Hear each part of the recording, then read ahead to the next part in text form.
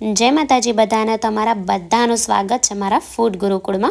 तो बस जो रविवारे छे ने सांजना 5:30 जेवुं थयुं छे अने अत्यारे हूँ जे मारे डिनर बनाववानुं छे ने एमां जे वस्तु जोईए ने बधुं आ रीते ज्यारे हूँ छोकराओने भणवा बेसाडुं ने थोड़ी वार त्यारे कटिंग चॉपिंग करी लेती होउं छुं एटले पछी फटाफटथी रसोई बनाववानी वार ज ना लागे। अने भणावता भणावता मने अचानक याद आव्युं के चणा तो बाफवाना रही गया छे। तो बस हूँ अत्यारे 2-3 दिवस पहला छे ने बजारमांथी लीला चणा जींजरा अथवा तो आने पोपटा पण आपणे अहींया कहेता होय छे ए लई आवी हती अने एने फोलीने मूक्या हता पण 2-3 दिवसथी मेळ ज नहोतो पड़तो। तो आज रविवार हतो तो थयुं के चालो एक स्पेशियल काठियावाड़ी थाળી तैयार करीए। तो बस जो अहींया मैं 1 कप जेटला लीला चणा अत्यारे लई लीधा छे एने सरस धोईने આપણે એમાં 1 ગ્લાસ જેટલું પાણી ઉમેરી એને બાફી લેવાના છે ને બાફતી વખતે અત્યારે આપણે છે ને થોડું અમથું એમાં મીઠું ઉમેરીશું અને આને મીડિયમ ફ્લેમ ઉપર 4 થી 5 વિસલ થાય ને ત્યાં સુધી આપણે બફાવા દેવાના છે। તો જ્યાં સુધી આપણા ચણા બફાશે ત્યાં સુધી આપણે જે કટિંગ ચોપિંગ કરવાનું છે ને એ પણ બધું થઈ જશે ને છોકરાઓનું ભણાવવાનું પણ પૂરું થઈ જશે મારે।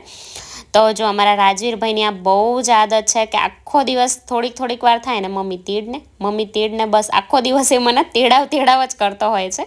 तो जो अहींया थोड़ी वार थई छे आपणे जे कटिंग चॉपिंग करवानुं हतुं ए बधुं करी लीधुं छे अने आ बाजू आपणी 5 विसल जेवुं कुकरमां मैं थवा दीधुं छे।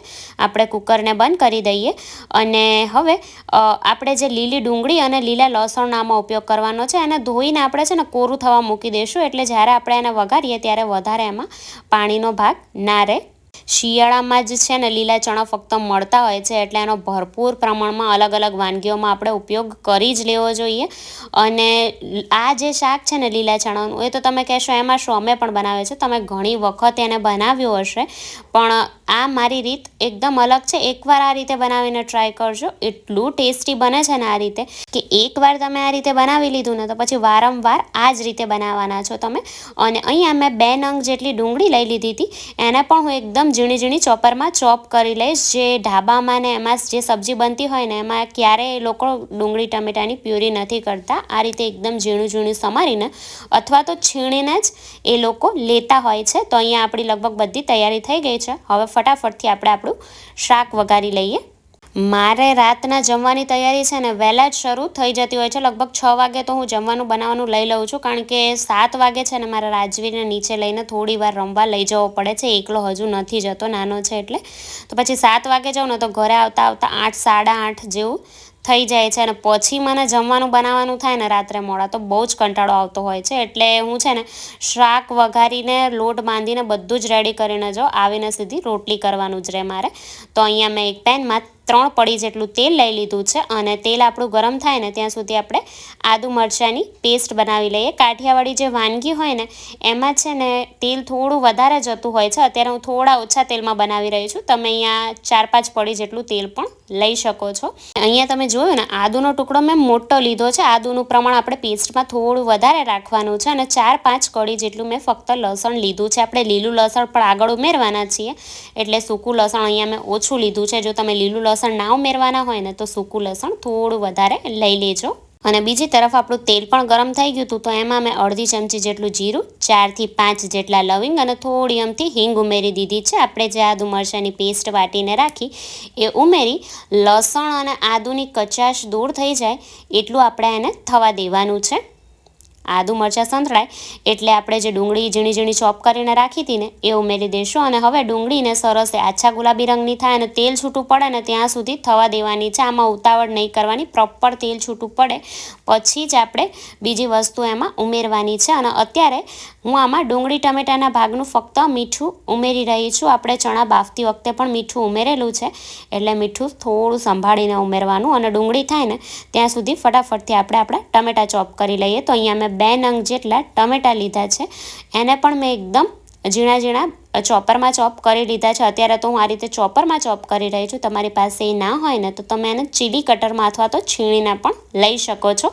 અને જો આપણી ડુંગળીમાંથી પણ સરસ તેલ છૂટું પડી ગયું છે તો આપણે એમાં ટમેટાં ઉમેરી દઈશું અને ટમેટાને પણ સરસ એનો કાચો ટેસ્ટ જતો રહે તેલ છૂટું પડી જાય ત્યાં સુધી આપણે કૂક થવા દેવાનું છે। આ રીતે સ્ટેપ બાય સ્ટેપ તેલ છૂટું પડે ને પછી આપણે જ્યારે બીજી વસ્તુ ઉમેરીએ ને તો શાક જ્યારે પ્રોપર બની જાય ને ત્યારે ક્યારેય એમાંથી જે પાણી છૂટું પડે, પાણી રેલાય એવી પ્રોબ્લેમ થતી હોય ને એ નથી થતી હોતી. એટલે પ્રોપર તેલ છૂટું પડવા દેવાનું. તો એને ઢાંકીને આપણે થવા દઈએ. અને હવે આપણે બીજી એક તૈયારી કરવાની છે. અહીંયા મેં દહીં લીધું છે અને આપણું કુકર આપણે ખોલીને પહેલાં ચણા ચેક કરી લઈએ કે પ્રોપર બફાઈ ગયા છે કે નહીં. 5 સીટી વગાડી છે એટલે સરસ એ બફાઈ જ ગયા હશે, પ્રોપર એ થઈ ગયા છે. અને હવે અહીંયા મેં છે ને અડધી વાટકી જેટલું જે ઘરનું મીડિયમ ખાટું હોય ને એવું દહીં લીધું છે. સાવ મોડું દહીં નહીં લેવાનું, થોડું ખટાશ હશે ને તો જ આ શાકનો સ્વાદ વધારે સરસ આવશે. તો અત્યારે લગભગ અડધા વાટકી જેટલું મેં દહીં લીધું છે. અને હવે આપણે આને છે ને બ્લેન્ડરથી બ્લેન્ડ કરી લેવાનું છે. સાવ આપણે એની પ્યુરી જેવું નથી કરવાનું, ફક્ત થોડું 1-2 વાર એને ફેરવશું જેથી અધકચરું બ્લેન્ડ થઈ જાય. આ રીતે શાકની ગ્રેવી ખૂબ જ સરસ બનતી હોય છે. જો હું તમને શાકનું ટેક્સચર આગળ દેખાડું કે આપણે એને કેટલું બ્લેન્ડ કરવાનું છે. જો ચાલુ કરી બંધ કરી દઉં છું, ચાલુ કરી બંધ કરી દઉં છું. એવી રીતે જ મેં એને ક્રશ કર્યા છે. એક ધારું આપણે એને ક્રશ નથી કરવાના. અને જો આ રીતના આપણે ચણા રાખ્યા છે, અધકચરા એને ખાલી ભાંગી નાખ્યા છે બસ. અને બીજી તરફ આપણી શાક પણ અહીંયા ડુંગળી ટમેટામાંથી પણ તેલ છૂટું પડી ગયું છે. હવે આપણે એમાં થોડી એમથી હળદર અને એક મોટી ચમચી ભરીને હું એમાં લાલ મરચું ઉમેરી દઈશ. આ કાશ્મીરી લાલ મરચું અને દેશી મરચું બંને મિક્સ છે. દેશી મરચાંના લીધે તીખાશ સરસ આવશે અને કાશ્મીરી મરચાંના લીધે આપણો સ્વાદ સરસ આવતો હોય છે. એટલે બંને મરચાં મેં મિક્સ કરીને અત્યારે લીધા છે. હવે આપણે જે લીલા ચણાનું મિશ્રણ બનાવીને રાખ્યું ને એ આમાં ઉમેરી દઈશું. અને એ જ કુકરમાં હું અડધા ગ્લાસ જેટલું પાણી લઈને બધું જ પ્રોપર સાફ કરીને એમાં જે ચોટ્યું છે ને એ લઈ લઈશ. અત્યારે તો મેં અડધા ગ્લાસ જેટલું પાણી ઉમેર્યું છે કારણ કે આ શાક છે ને મને થોડું લચકા પડતું હોય ને એવું ગમે છે. જો તમને વધારે રસો ગમતો હોય ને તો તમે આ જ સ્ટેજ ઉપર થોડું વધારે પાણી એમાં ઉમેરી દેજો. અને હવે આપણે આને ઢાંકીને 5 મિનિટ જેટલું થવા દઈશું. તો આ જ્યાં સુધી શાક થાય ને ત્યાં સુધી છે ને આપણે આના માટે એક ફૂડ ગુરુકુળનો એકદમ સ્પેશિયલ એવો તડકો રેડી કરવાનો છે. એના માટે હું એ પેનમાં 1 પડી જેટલું તેલ લઈ લઈશ. તેલ ગરમ થાય ને એટલે આપણે જે લીલું લસણ સમારીને રાખ્યું હતું પહેલાં એ પેનમાં લઈ લઈશું. અને લસણને આપણે 1 થી 2 મિનિટ જેટલું ફક્ત સાંતળી લેવાનું છે. અત્યારે છે ને મેં અડધી વાટકી જેટલું લગભગ લીલું લસણ લીધું છે. અને લસણ સંતરાય એટલે આપણે એમાં અહીંયા છે ને મેં લીલી ડુંગળીનો ફક્ત લીલો ભાગ જ લીધો છે. જે ઉપરનો સફેદ ભાગ હોય ને અત્યારે મેં નથી લીધો, ફક્ત પાનનો ભાગ જ લીધો છે. એ ઉમેરી દઈશું. આ લગભગ 1 કપ જેટલી લીલી ડુંગળીનો લીલો ભાગ મેં લીધો છે. અને એને પણ આપણે 2 થી 3 મિનિટ જેટલું સંતળાવા દેવાનું છે. આ આપણે જે તડકો રેડી કર્યો ને એ આખા શાકના ટેસ્ટને જ અલગ કરી દેશે. એટલું ટેસ્ટી શાકને બનાવી દે છે ને કે તમે ખાતા નહીં ધરાવ. અને હવે આપણે આમાં ફક્ત લીલી ડુંગળી અને લીલા લસણના ભાગનું મીઠું અત્યારે મેં ઉમેર્યું છે. અને એમાં હું 1/4 ચમચી જેટલો અહીંયા મેં બાદિયાનો પાવડર લીધો છે એ ઉમેરવાનો છે. બાદિયાનો પાવડર સ્ટ્રોંગ હોય છે એટલે બહુ વધારે નહીં ઉમેરવાનો, થોડો અમથો જ અત્યારે આપણે ઉમેર્યો છે. 1 નાની ચમચી જેટલો આપણે એમાં ગરમ મસાલો ઉમેરી દઈશું. આ બાદિયાનો જે પાવડર ઉમેર્યો ને એના લીધે આ શાકનો ટેસ્ટ ખૂબ જ સરસ આવતો હોય છે. અને હવે આપણે આ જે તડકો રેડી કર્યો એને આપણા શાકમાં ઉમેરી દઈશું. હવે ફરીથી આપણે છે ને શાકને લગભગ 2 મિનિટ જેટલું ઢાંકીને થવા દેવાનું છે. તો જ્યાં સુધી આપણું શાક રેડી થાય ને ત્યાં સુધી આપણે એની સાથે સર્વ કરવા માટે બાજરીનો રોટલો બનાવી લઈએ. તો બાજરીનો રોટલો કેવી રીતે બનાવાય ને એ મેં છે ને તમને અગાઉ ચેનલ પર શીખવાડેલું છે. મેથીઓ બાજરીનો રોટલો આપણે બનાવ્યો હતો. તો એ હજુ સુધી તમે ના જોયો હોય ને વિડીયો તો એકવાર એ જરૂરથી ચેક કરી લેજો. અત્યારે હું બધું જ બતાવવા જઈશ ને તો વિડીયો ખૂબ જ લાંબો થઈ જશે. તો અહીંયા આપણે જો આ રીતે બાજરીનો રોટલો પણ રેડી થઈ ગયો છે. અને શાક પણ અહીંયા એટલું સરસ સુગંધ આવી રહી છે ને ખોલતા વેત જ કે ખાવાનું મન થઈ જાય આપણને. હવે આપણે ગેસ બંધ કરીને ઉપરથી ઝીણા સમારેલા લીલા ધાણા ઉમેરી દઈશું. તો શાક અને રોટલોને બધું રેડી છે. તો ફટાફટથી આપણી દેશી કાઠિયાવાડી થાળી પીરસી દઈએ.